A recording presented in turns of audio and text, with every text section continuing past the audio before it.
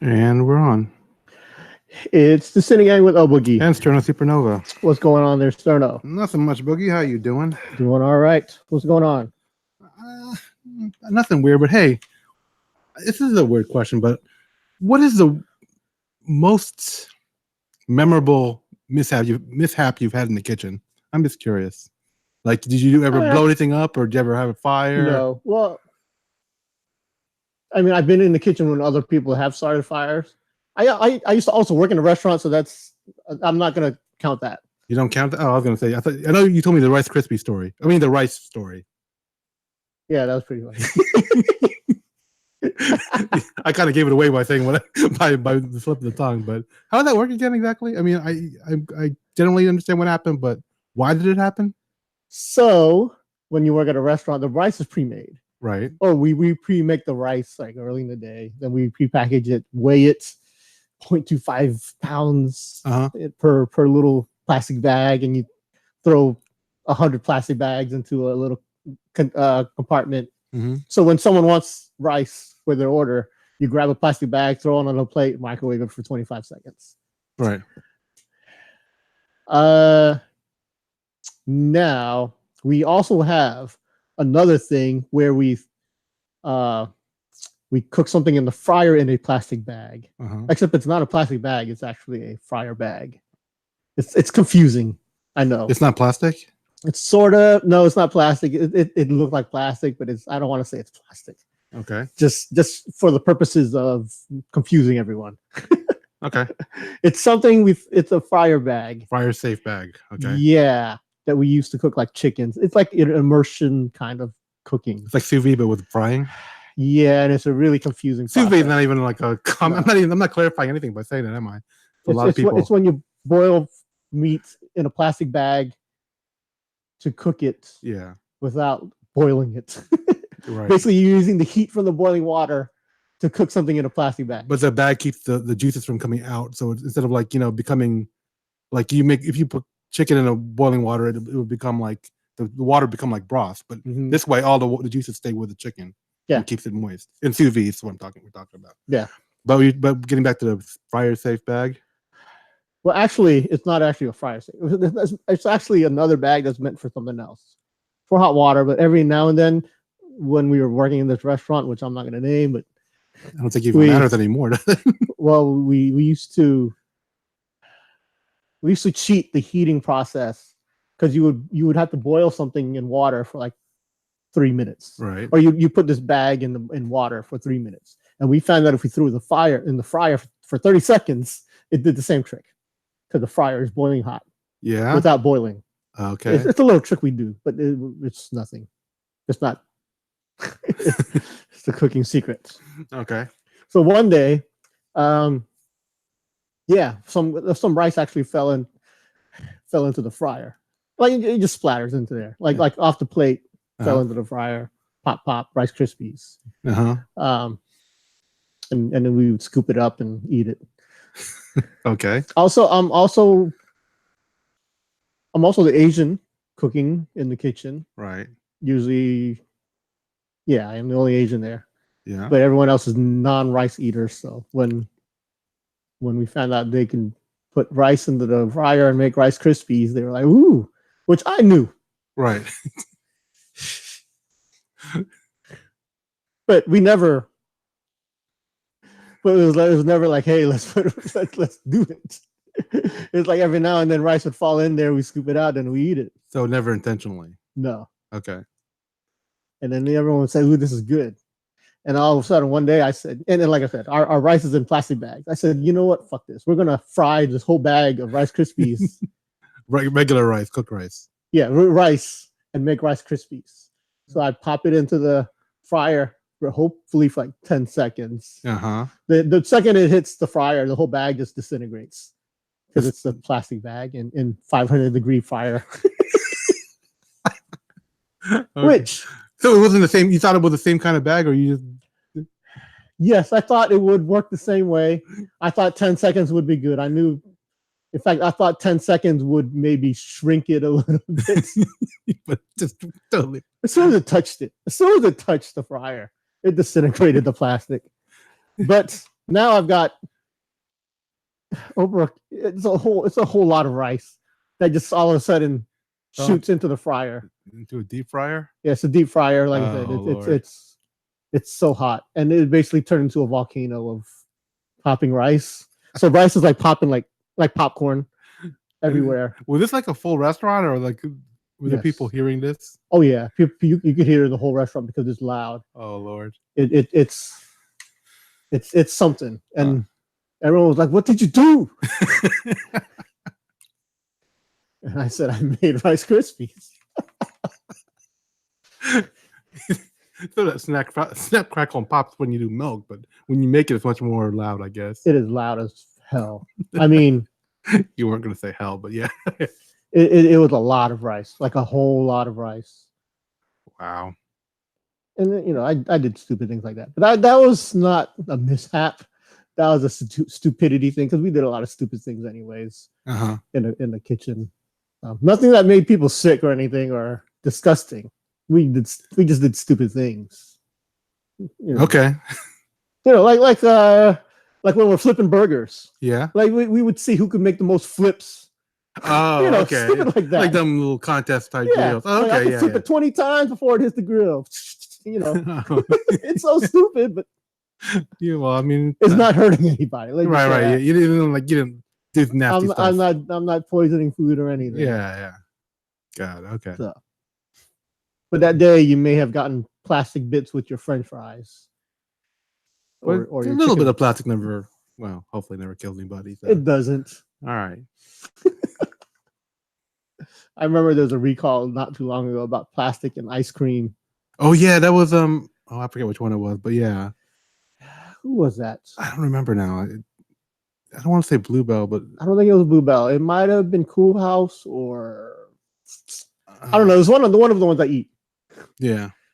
I eat this ice cream, and they said, "Oh yeah, there's a recall. There some plastic might have fallen into the ice cream, and if you have it, throw it away." Right. I didn't throw it away. I just ate it. You just were careful and felt around for plastic, or if I bit into a piece of plastic, I would have spit it out. If I swallowed a piece of plastic, I'd be like, "Oh, that sucks. It'll come out in 3 days." Okay. But no, I wasn't going to throw away my expensive ice cream. Sure. No, actual mishaps in the kitchen, no. I don't really do. I'm very cautious. And in fact, you know, I don't, in my own kitchen, I'm very cautious of what I do. I'm pretty, I mean, I've cut myself a few times. But I don't count that. I don't count that Yeah, either. I burned myself. You know. Again, I don't count that. That's like, I think that's a normal thing. Yeah, and like I said, I've been in the kitchen when someone started a fire, and I put the fire out. But other than that, no. I don't really have too many mishaps. I mean, drop stuff. Okay, yeah, that's common too. I don't know. Depends on how you handle it, but yeah. Okay, the reason I asked is because like the past week. Okay, let me just set this up. My parents gave me this thing for cooking rice in the microwave. It's basically, you know, instead of doing a rice cooker, you just put your cleaned rice in there, and you can make rice in the microwave. And that's where you went wrong automatically. No, it works. It works perfectly fine. It works perfectly fine. No respecting Filipino cooks rice in a microwave. It works perfectly fine. I've done it. That's not even the part. I don't care if it works. It's even the part of the story that's wrong. Not respectful. I haven't even got to the part. No respectful Filipino cooks rice in a microwave. Respectful. What about? Is it an affront to the ancestors? Uncle Tom is what you are. Uncle Tom with your Uncle Ben. Go cook your rice in the microwave, Sterno. I actually have a big rice cooker, but sometimes if I'm in a hurry, I'll just use a microwave. All right, so I actually do have the microwave, the Uncle Ben's packets too. 90 seconds, you get some not Asian. It's called jasmine rice, but it's not really jasmine rice. But okay, that's besides the point. Yeah. Okay, so what I'm saying is, I got this container that's microwave safe plastic.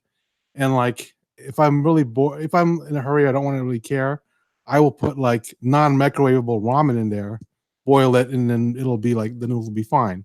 Yeah, I mean, they make those little plastic things that you buy at the dollar store. But I have the cheaper, you know, the ones that are like squares that you just, you know, you make on the stove, no big deal, right? Yeah.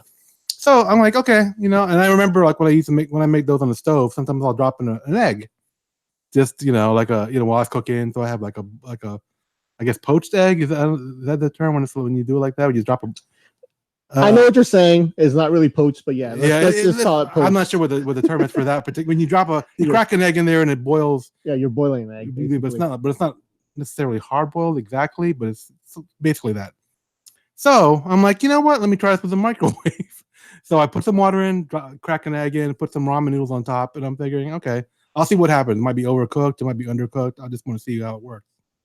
So it worked out, and I cooked it for like I don't know how many minutes, but after it was done, I'm like scooping out the noodles with a fork, so I could just look at the egg and see how it works, right?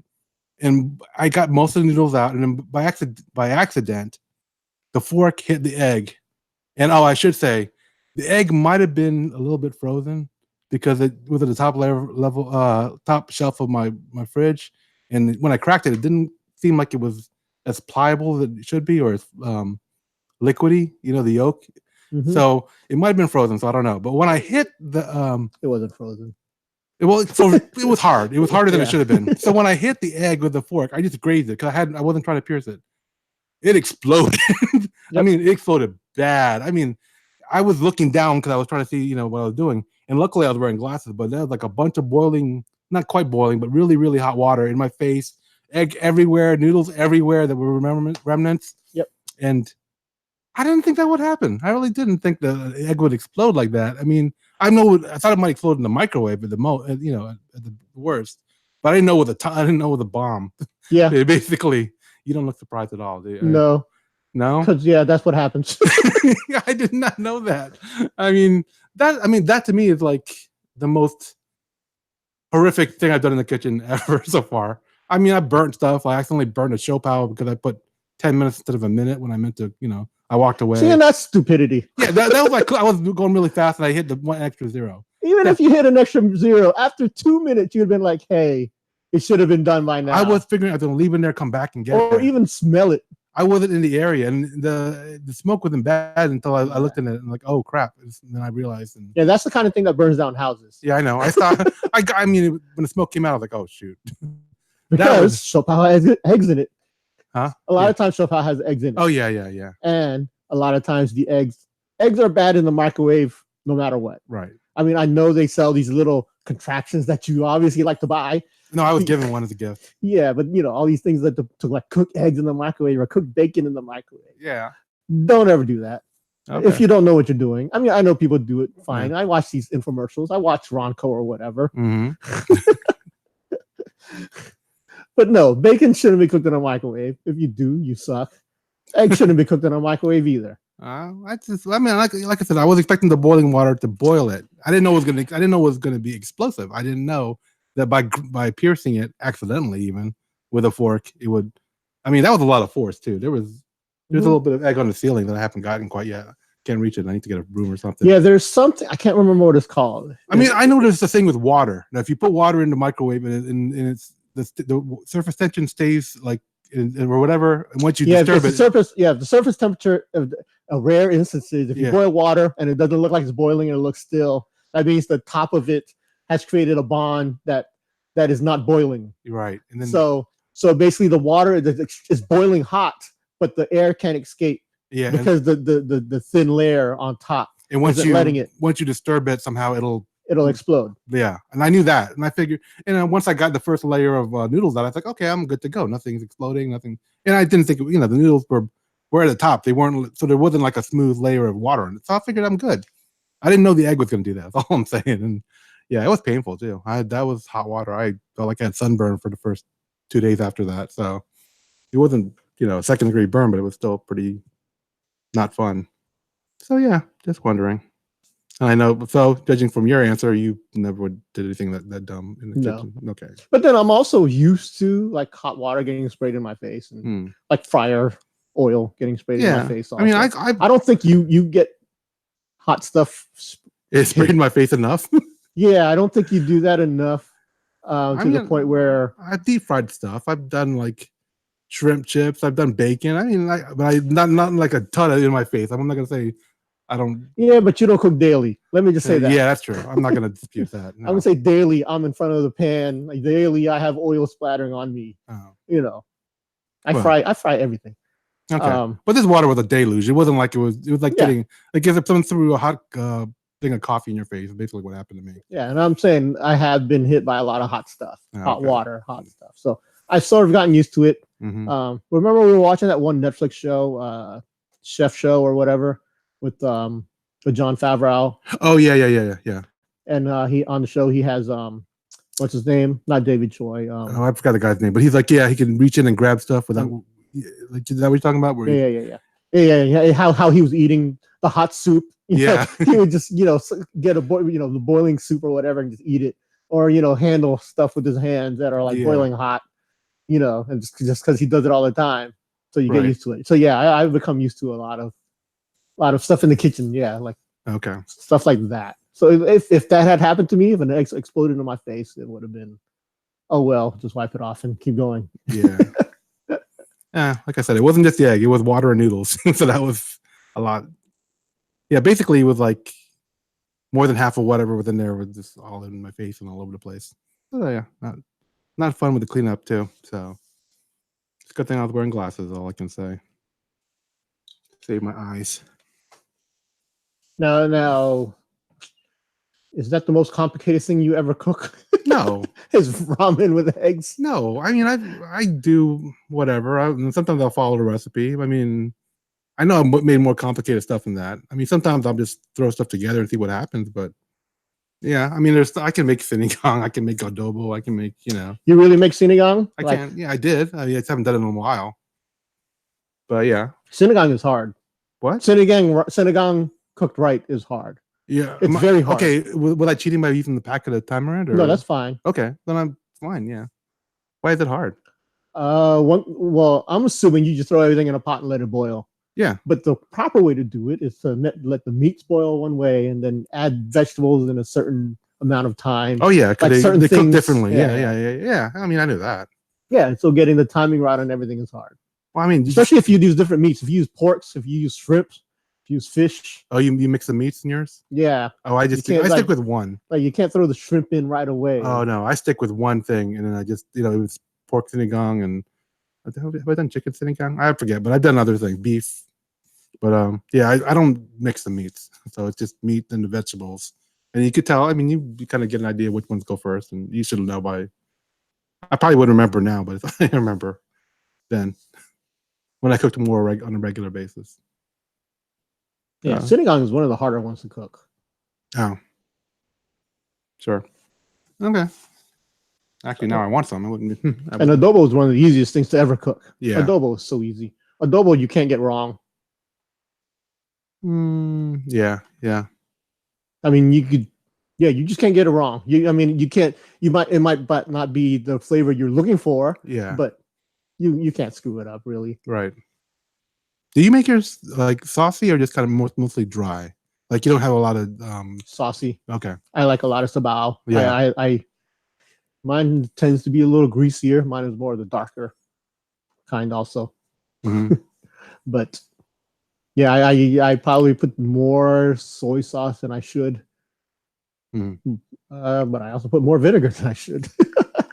Well, then it's just more sabao, basically, isn't it? Like, yeah. If you keep the ratio, it's okay. Whatever ratio you prefer. I mean, yeah.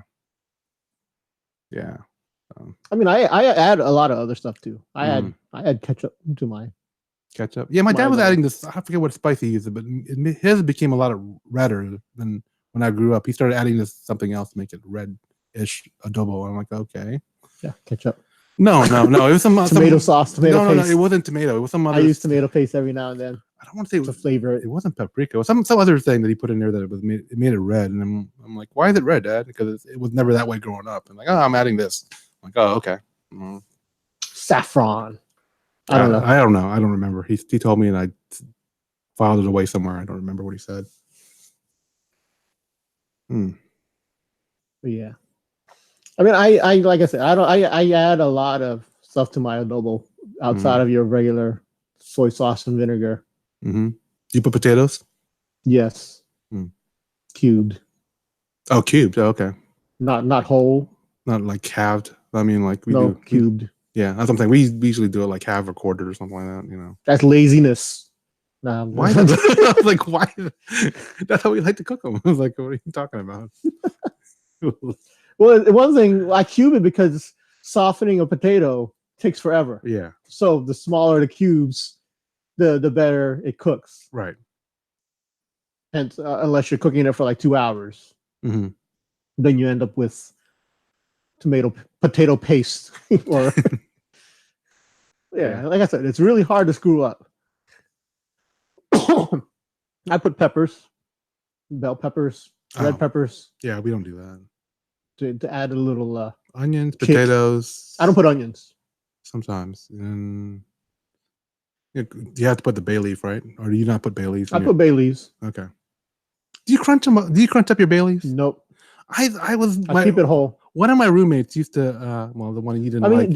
they sell bay leaves like in a shake-up bottle. Yeah.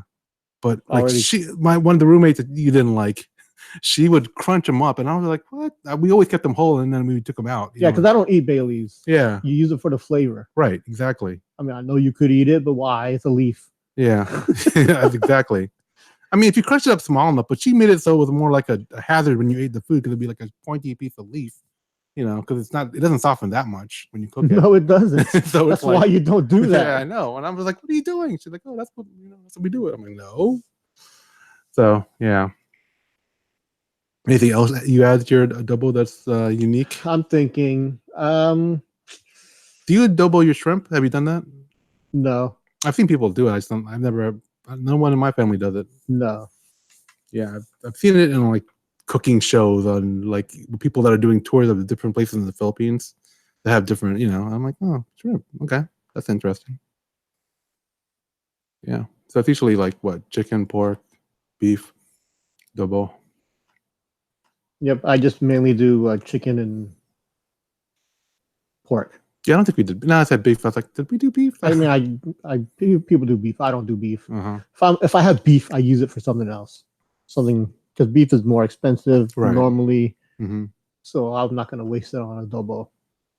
I'll cook something else. Something beef more. I don't know how to describe it. More beef. Something that highlights like the beef stew. Ooh. With soy sauce and vinegar. With a bay leaf on the side. But not adobo. No, not even close. You cube up some potatoes, man. Now you got a stew. If you put carrots in there, I'd be like, yeah, it's just beef stew, but with a adobo flair. I don't know. Oh Lord. Yeah, I wonder why more Americans don't cook like adobo. Adobo is so simple. I don't know. Yeah, I mean, it should easily be like a gateway food. Yes, it's a gateway cooking recipe. You know, because you know, America or other people like to look, non-Filipinos. Yeah, they they would like to try out other stuff. I try Mexican foods. Yeah, I try to cook Spanish stuff. Mm-hmm. So when people are trying to cook Filipino foods, it's like start with adobo. Yeah, it's so easy. Yeah, you know how to boil meats. Yeah, I don't know. A lot of people like to do lumpia. I'm like, well, I mean, it's not that hard, but rolling lumpia. The cooking part of lumpia is easy. It's the actual getting the meats, the ratio, mixing the vegetables, all that. Do you do the rolling? I forget now. Do you cook do you do beef mainly or pork, or do you pork? I never do beef. My dad does a mixture, half, and beef and pork. I do pork with some turkey sometimes, or pork. Yeah, sometimes if I have ground beef, I will add, but never just straight beef. Right. Because it doesn't bind. Oh, yeah. It doesn't bind correctly. And do you cook the meat before, or do you let it cook in the lumpia?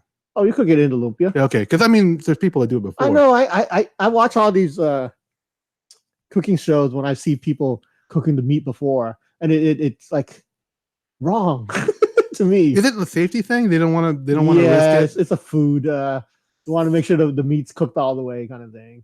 I mean, basically, especially if you're with pork or whatever. Basically, the lumpia floats is done, right? That's how I was taught. You know, like, can you put it in the deep fryer? If it's floating well, you know. Yeah. So that's how. I mean, I have bitten into a lot of pink lumpia. Little pink pork never killed me. Okay, it has killed people, but still. You work your immune system. You learn. You learn one way or the other. So yeah, sure.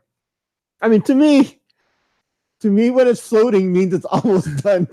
Yeah. I mean, I don't grab it right away. I mean, I let it float for a little bit longer. Yeah, to me, when it's floating, it's almost done, and I like to turn it to make sure. Yeah. That one side's not like cooking more than the other. Right. When it's floating. Yeah. Exactly. But yeah, because you know, we were just talking about like you should start with adobo because that's easy. But I had a coworker that made lumpia and he was all proud of it and wanted my opinion of it because obviously I'm an expert being Filipino, and it just wasn't right. And yeah, because like I said, I think number one, I think he did cook the meat ahead of time. Yeah, and I say a lot of people think it's easy because it seems to be meat rolled up and fried. All right, but no, like I said, getting the meat to correctly bind and getting the correct vegetable. I was going to say, and some people, I think it's a matter of region or taste. They put more vegetables than I would. I feel comfortable. Oh yeah. I don't know if it's a regional thing or like a personal thing, but I'm just like, oh, this is way too much vegetable. The ratio is way off, you know, and that you don't say anything. I mean, but yeah, and when I'm talking about lumpia, I'm all straight up meat lumpia. Yeah, I'm not a veggie lumpia at all. No, but you don't mind if it's a little bit, just to, I'm fine. I'm fine if there's vegetables in with my meat. But yeah, the meat should be the star. It shouldn't be lumpia with a little bit of meat sprinkled in. That bugs the heck out of me. Because if it's all vegetable lumpia, then you just tell me it's a vegetable lumpia, not meat. But if you put like too much vegetable and a little bit of meat, and that's just I don't want to say a tease, but it's messed up. That's not right. Yeah, recently we had our local newspaper talked about the best lumpias in the area. Oh yeah, that's right. And the one they voted second place was a vegetable lumpia, and I was like, oh. That's not right. The picture of the I think you said that to me, but the picture they had like a ube inside the lumpia thing. What was that about? I don't know what the picture's about. Yeah, that was weird. Like ube lumpia, and I'm like, I've never seen that. I mean, the winner that they did pick, I was like, okay, that's good. I'll go with that. But yeah, number 2 was a vegetable lumpia, a veggie lumpia, which I think shouldn't be in the running. It should be its own category. Yeah, they should have separated them out. I don't know. And what came in last place is one of my favorites. What came in last place? I didn't get a chance to read it. Kainan. Oh, yeah. That's one of my favorites. Yeah. Kainan restaurant. Yeah, here off of Indian River Road. That's one of my favorites. Yeah. It came in last place. I mean, he sent it to me while I was at work, and I didn't get a chance to go back to it and read it. So there's like they rated 14 different restaurants in the area. Well, I mean, like, who were the judges? I mean, like, just non-Filipinos or Filipinos in general. I mean, I'm sorry, I should read it. It was like 4 or 5 people, and they just went to 15 restaurants. One of them was actually closed, so they went to 14 restaurants and rated the 14. They ordered lumpia at all 14 restaurants, and they said, "Hey, give us your best lumpia." But like, number 2 was Susan's Kitchenette, which was the veggie, because they had no more lumpia that day. They didn't have any. Everybody got the good ones, and they left them with the lumpia. I mean, the veggie versions. Or that's all they had ready, or something. I don't know. Yeah. So it is hard to judge the best lumpia on one tasting one time. Yeah, that's on true. One day, because you could have a lumpia one day and the next day is not as good. That's very true. So, and to me, there's lots of other factors, as in. Yeah, I need to read that article, see what their judging criteria was. Like, how does it taste 3 hours from now? Well, like some people I don't know. Because you're buying it for a party. Let's say you buy 100 lumpia for a party. Some places are going to be not as good an hour later. Some of them are awesome right away, and then like they just get worse and worse as the story goes on. And some of them are just as good an hour after than it is when you first. People use different wraps. They use like I think people over wrap them where they're really too thick, and it's a weird kind of consistency. Where we had years ago we had that we had that Olympia contest, and I bought them too early, and then they were rubbery by the time we did the contest, and that was horrible. You also kept them sealed in a in foil, which was a mistake for hours. I don't know what I was thinking. Okay, I apologize for that, but yeah, because that was difficult to eat. We tried to eat them as fast as we could, and it was actually hurt my. I could feel the strain on my jaw from the chewiness of the lumpia, which I'd never experienced before. Because really, Filipinos should know, which I didn't know, not to do that, which is dumb. So yeah, should have left them open to ventilate and not get all gummy and chewy. Yep. Yeah. Anytime you have hot lumpia, you really need to ventilate it. Basically, I always take the wrapper. I mean, the foil off. Yeah. I mean, they do that so when you're transporting it doesn't fly everywhere. But hey, I just make sure they don't fly everywhere. So right. Same with panisal. Panisal you shouldn't keep wrapped either. I don't know. A lot of people don't know that. Yeah. I understand that. Panisal also needs to vent because it's hot, creates steam. Steam brings moisture back into the panisal, right? Which is fine for some breads, but panisal needs to have a nice, crisp outer shell. Yeah, I mean, I let it vent, but I don't like let it openly vent. I don't like open it the bag wide open. I want to keep some of the heat in there, a little bit of the moisture, but not too much. You know what I'm saying? No, you should let it vent. Totally open. I don't know. Because you're. I mean, it's not sealed. It's like I would say maybe more than 50% open, but not quite. I mean, less than 50% open is what I'm trying to say. But yeah, don't seal your pandesal when you first get it. And I usually eat one on the way anyway, so just because that's the best time when they're fresh. Yeah.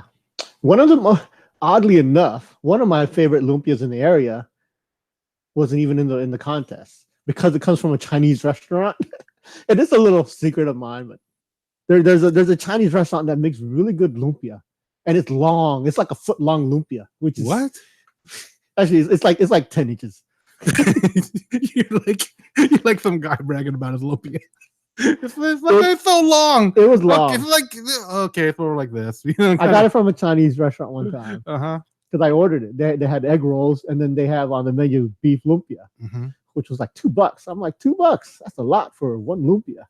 But I said, as a Filipino, I should investigate. Right. It has is my duty to figure out why this Chinese dude is charging $2 for one lumpia. When the regular egg rolls were like, you get 3 for $2. Right. But the Filipinos are getting robbed by getting one lumpia for $2. Then I got it, and it was huge. I was like, what? And I bit into it. It was pretty good. It was rolled nicely. Good meat ratio. Yeah, it was a lot of meat. Okay. So I give him props for that. Nice. Can you say that you don't want to say the name of the restaurant? Lynn's Garden.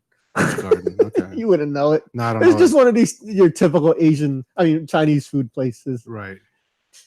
But yeah, this one time I decided. And then the last week I ordered from another Chinese place. One place I never ate from before, but I had a DoorDash coupon, and DoorDash said, "Hey, why don't you order from this Chinese place?" So I did.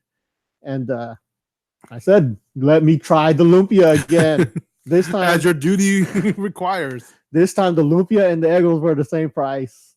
You get 3 of them. They were not good. No. Not good at all. I ate one. I didn't like it. Didn't eat the rest. Did not like it. So yeah, I do pride my lumpia eating abilities. You're a connoisseur, is what you're trying to say, right? Yes. Okay. Because I think most people can eat lumpia. It's not like unless you have a certain way of eating it that's unique. Eat it from the center out. I don't know. Now there are some places who do try to do some weird stuff with the lumpia. Not weird stuff, but they try to Americanize it. Not Americanize it. Because there's a place near where I work where they have like a macaroni and cheese lumpia, and they have in fact, stuff. I've had a Philly cheesesteak lumpia, which I liked. But yeah, there is a place around here that does something like that. Yeah, I don't know if they have other stuff too. I can't remember off the top of my head. But didn't you say somebody had a breakfast lumpia? Yeah. Yeah. Which I loved. Okay. It had egg, bacon, and maybe bits of longanisa or tocino in it. Oh, that sounds great. It was basically the egg was was the main thing. Was your meat? It was your egg. So it's like an omelet inside of lumpia. Yeah. Okay. Cool. Yeah. Basically, your egg was like your binding meat, and then the shredded vegetables were your bits of bacon and tocino. I'm sure whenever you substitute bacon for vegetables, you already like a lot of points for you anyway. It was delicious. Yeah, it sounds delicious. Yeah, this place doesn't do it that much either. They just happen to do it a few times when they actually open for breakfast for special occasions. Yeah. And I almost asked you this question, and I know the answer already. It's like, you don't like fresh lumpia, do you? No, I'm not a fresh lumpia guy because with the vegetables and it's like a uncooked. It's like a shell. I mean, I'm not. I don't hate on it. It's just not my thing. Yeah. Okay. So yeah, for people who don't know, there's an unfried lumpia that's fresh with vegetables, and I don't know. I'm a lumpiang Shanghai guy. Yeah. If you want to go into details, right. I mean, I know there's a couple other kinds, but lumpiang Shanghai, is my lumpia. When I say lumpia, that's what I'm talking about. That's what I understand too. That's understood. To me, that's the default. Yeah, when people are saying you want some lumpia, and if they give me a fresh one, I'm like, you should say fresh lumpia. You should let me know what we're talking about here. Because the default is whatever you just said. Lumpia Shanghai. Yeah. There's lumpiang hubad. There's let me look it up. Okay. Lumpiang adobo, which is 2 Pinoy classic meat in one dish. Have you seen people do it where they seal the ends with a fork? Yes. Okay. You don't like that? I don't. To me, that doesn't matter. Okay. Lumpiang ubod. Ubod is the heart of the coconut palm tree. I've never had this one. It's weird looking. There's turon, which is that's like one of my favorites. Which I don't call lumpia. That's turon. Yeah, it's turon. it's a class unto itself. Yeah, exactly. Banana fritter. Mm-hmm. So yeah, that's lumpiang hubad is basically lumpia without a shell, without a wrap. What the hell? Lumpiang hubad. So it's like that's salad. Yeah, I know. I was like, what do you call it? I mean, it's basically your burrito bowl. Yeah, exactly. It's like a lumpia bowl. It's a lumpia bowl. They should give you strips of like whatever the wrapper is, and like like they do with a, or make one of those gigantic. Give me a wrapper on the side. Yeah. What do they do with those taco bowls where they make the big shell and then you put like stuff in there? Same idea. Actually, that wouldn't be too bad now that I think about it. Yeah, then fresh lumpia is what we were talking about. Yeah, which I don't normally get. Right. It has to be fried and it has to be bad for you.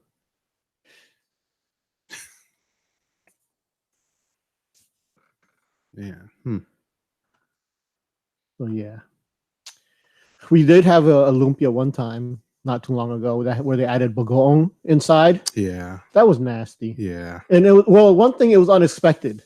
If we had known right, there was bagong in it, and you wouldn't have got it, I'm sure you would have said. I'm not a big bagong fan. I'm okay with it, but too salty. Yeah, too the chirpy. Taste, yeah, it's too. The taste is very pungent. Yeah, very strong. I don't mind bagong, but when you don't expect it, especially, and it was a little too salty. It was overpowering. So yeah, that was like, whoa, what the heck is this? And I took a lot of lumpia that day. When I see lumpia on the table, I'm not getting one. I'm not getting two. Who gets one? I mean, even if I'm on a diet, I get two, just because especially if it's good, you want to at least have two on your plate. Yeah. Then I took a bite, and I was like, bagong inside of the lumpia, and it was. I mean, like I said, I give people credit for trying different things with it. Like we have a friend who puts Brussels sprouts into their lumpia. We do? Yeah, we do have a friend who does that. Oh my gosh. I mean, I like Brussels sprouts if they're done correctly, but I don't. Yeah, I'm not a fan of it. I mean, I like them when they're like roasted or whatever, on the pan or something, but. Yeah, I'm not a fan of Brussels sprouts in my lumpia, but I eat it. It's not as bad as bagong. I'm going to have to ask you who that is. I don't remember. I don't know who you're talking about. Oh, you've had it and you didn't even notice. I probably thought it was bitter or something. No, you just didn't even notice. Oh God, I don't know. I feel like it's such a fraud or something. I don't know. I feel betrayed. I don't know what I'm feeling right now. There's a lot of emotions like turning up right now to know that happened to me. But yeah, like you said, there's that one restaurant that I go to. It's a black owned restaurant, and their specialty is fried chicken, and waffles and all that, and burgers. And they have a lot of Filipino friends, so they make lumpia, and they are the ones that do the Philly cheesesteak lumpia.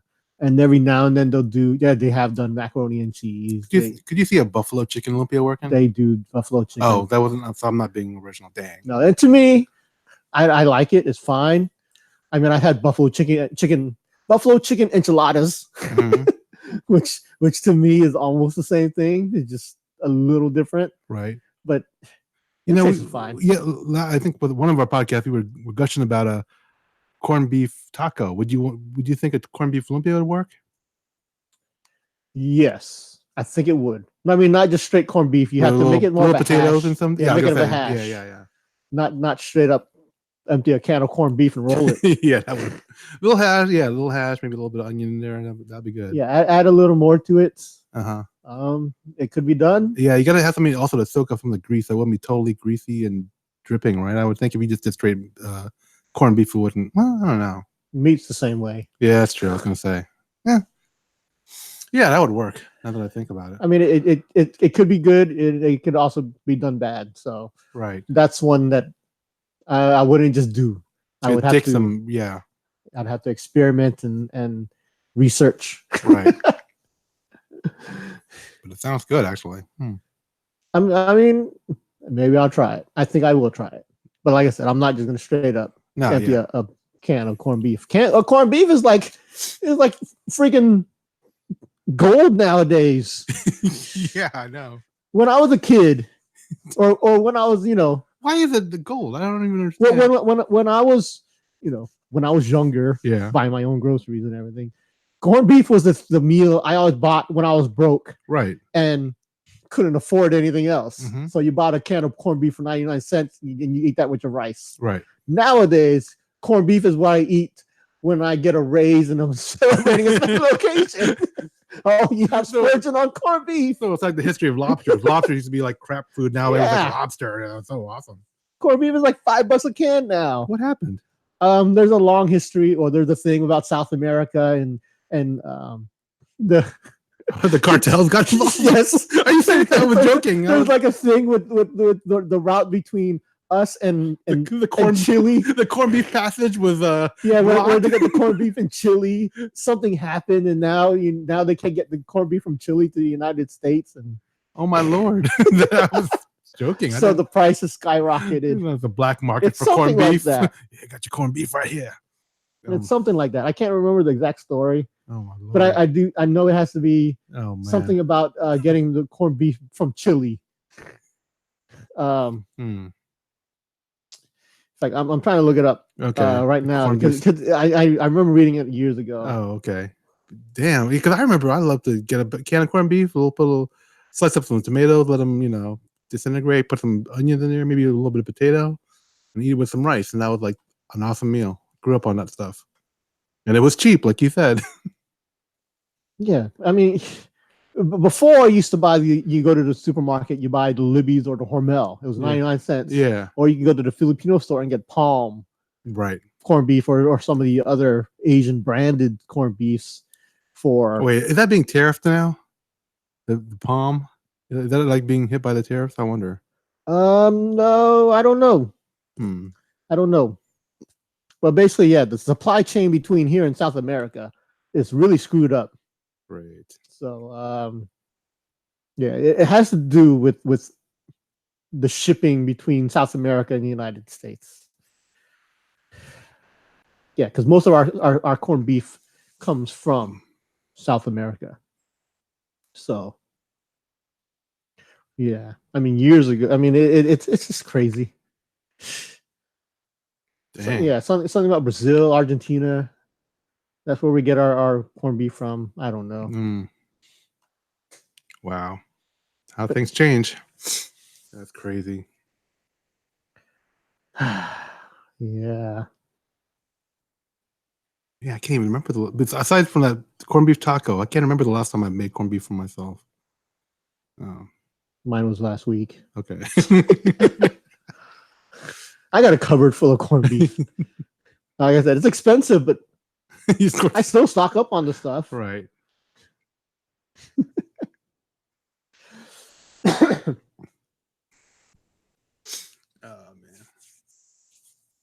man. Yep.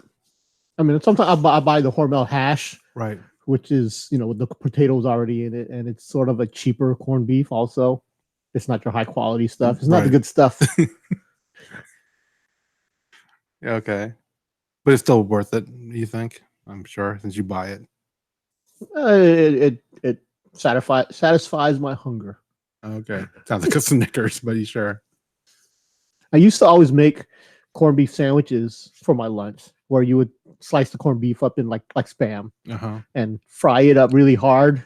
Right. I like hard fried corned beef, and then put that in pandesal and add cheese, and that's my lunch corned beef sandwich. Yeah, that sounds good. I never did that, but yeah, I like the idea that what we were talking about before, but it's the Spam in bread more than the corned beef. But yeah, man. Yeah, and I used to do that because corned beef used to be so much cheaper than Spam, but now Spam is cheaper. Right. It's crazy. Crazy. But hey. Yeah. I don't know which one's better for you anyways. I don't think either one. That's another reason why I haven't had it lately. I've been trying to be better about what I eat. I know corned beef can't be that good for you. No, there's a low sodium corned beef. There's a low sodium Spam. Have you tried them? Yes, that's what I get. Oh, okay. I was going to say. That's pretty cool. I mean, not that it hasn't, but you're actually trying to be healthy about it. That's cool. I congratulate you on your choice of low sodium versions of your favorite foods. Now they don't have the flavored Spams in low sodium, but to me, I'm over the flavored Spams. I'm back to your regular. No more Tocino Spam. No more whatever. Yeah, I've had them all. You've tried it. You're done with the gimmick, and you're back to the original. Yeah, they're good. But yeah. I'm back to ham flavored Spam. You don't do treat, do you? Yeah, I'll do whatever's on sale. Okay.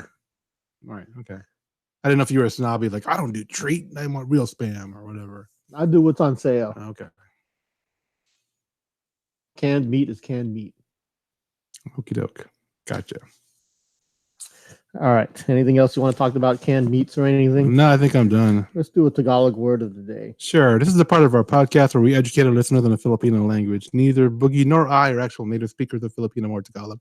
So if we get some aspect of the word incorrect, like its pronunciation, general usage, or some nuance of its meaning, feel free to let us know because we want to be corrected if we're saying something wrong. But keep in mind that we have said in the past, and we will continue to say, that this podcast is not really one of those educational based things. It's something we do to share the culture, maybe a little bit of the language. And if you're with your friends and you decide you want to use the word or phrase, or someone uses it, you actually know what's going on. But just keep in mind, this is a lighthearted thing we do. It's not like we're any kind of reference material. We are definitely not that. So do you have a word, Boogie? Halika. Halika. Halika. Ka. Dito. Halika dito. Halika. Halika. Halika na. Halika na. Halika na. Halika. But if you say halik, that's something different. Halik is different from halika. Yeah, very different. Now halik ka. It's very Halika is different from halika. Yeah, it's where you put the emphasis matters. So halika, one word. Right, halika. Halika dito. Yeah. So that means come here. Yes. Halika. Yep. There was a movie years ago. I think it was either Enter the Ninja, one of the early ninja movies, like with Shokashugi and all that. Yep. And there was a guy, and he was talking to all these villagers. All these it's a white guy, so he was like halika na, halika. It sounded so. I mean, I know what he's trying to say, but it just sounded so wrong. Just him trying to say it. Was he supposed to be speaking Tagalog? Yeah, he was talking because he was in a Filipino village, and he's telling them all, come to me, halika, halika. It just sounded almost Arabic or something like that. It was just okay. You said you watched The Boys recently, Yeah. the show on Amazon. Yeah. Did you hear the Tagalog in that? Oh, heck yeah. I didn't know if you got to that part yet. That's why I didn't bring it up. Yeah, they're in a nail salon, and all I'm like, of a sudden they're supposed to be speaking Vietnamese. Yeah, And I was like, oh, is it a Filipino nail salon? Well, no, first they were in Chinatown and they started speaking Tagalog. I'm like, okay, there could be Filipinos in Chinatown or whatever. And I'm like, okay. Then they went to a nail salon. Like, this is definitely going to be Vietnamese. And they're still talking Tagalog. I'm like, okay, whatever. They're going to only find Filipino extras. Hey, I'm happy our friends got some work. I'm guessing. Yeah, I'm guessing the people behind the scenes, production writers or whatever. Yeah, they're all Filipino. So they said, yeah, we don't know Vietnamese, but here you go. Say this. No one will know. I didn't care. But yeah, when you hear something, you're like, hold up. Yeah, they were like, yeah. When they went to Chinatown, I'm like, wait a minute. And then, were they playing poker or something? I forget what they were doing. I don't know. Yeah, they were just like a bunch of guys in a room, and I'm like, that's Tagalog. Yeah, so which to me signifies, hey, there's someone behind the scenes that's Filipino working. Right. That was cool. Make sure you visit our website, www.sini-gang.com. Or email us at thesinigang@gmail.com. Follow us on Twitter at The Sini-Gang. Find us on facebook.com/thesinigang, and look for our videos on YouTube. Do a search for our URL, www.sini-gang.com, and you should find them. If you go there, please like, comment, subscribe, do that bell thing, because that would be awesome for us. So until next time, this is Sterno Supernova. And this is l-boogy, the elemental one, saying thanks for listening, and Sige na.